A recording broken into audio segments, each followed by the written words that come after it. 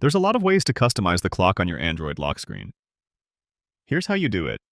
Unlock your phone and then press and hold an empty space on your home screen. You'll see these customizing options open up. On the bottom of the screen, there's different tools, and we'll choose Wallpaper and Style. This is where you have an option to change your wallpaper, color palette, etc. You'll see your current wallpaper and home screen up top, and you can customize those by tapping them. I'll tap the wallpaper, and now I can customize both my wallpaper and the other elements on my screen, including the clock. You can change the position of the clock by dragging it to a different spot.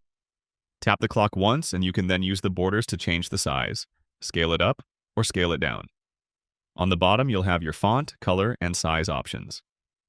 Font and color are pretty self-explanatory, and you can also change the thickness of the numbers by using the slider. The Style tab is pretty cool. This has different layouts and styles for the clock. There's an analog clock, a calendar view, and a lot more. Once you're happy with your clock, just tap Done on the top right corner, and that's how you customize the clock on your Android phone. Click that like button below if this helped you, and subscribe for more quick and easy guides like this.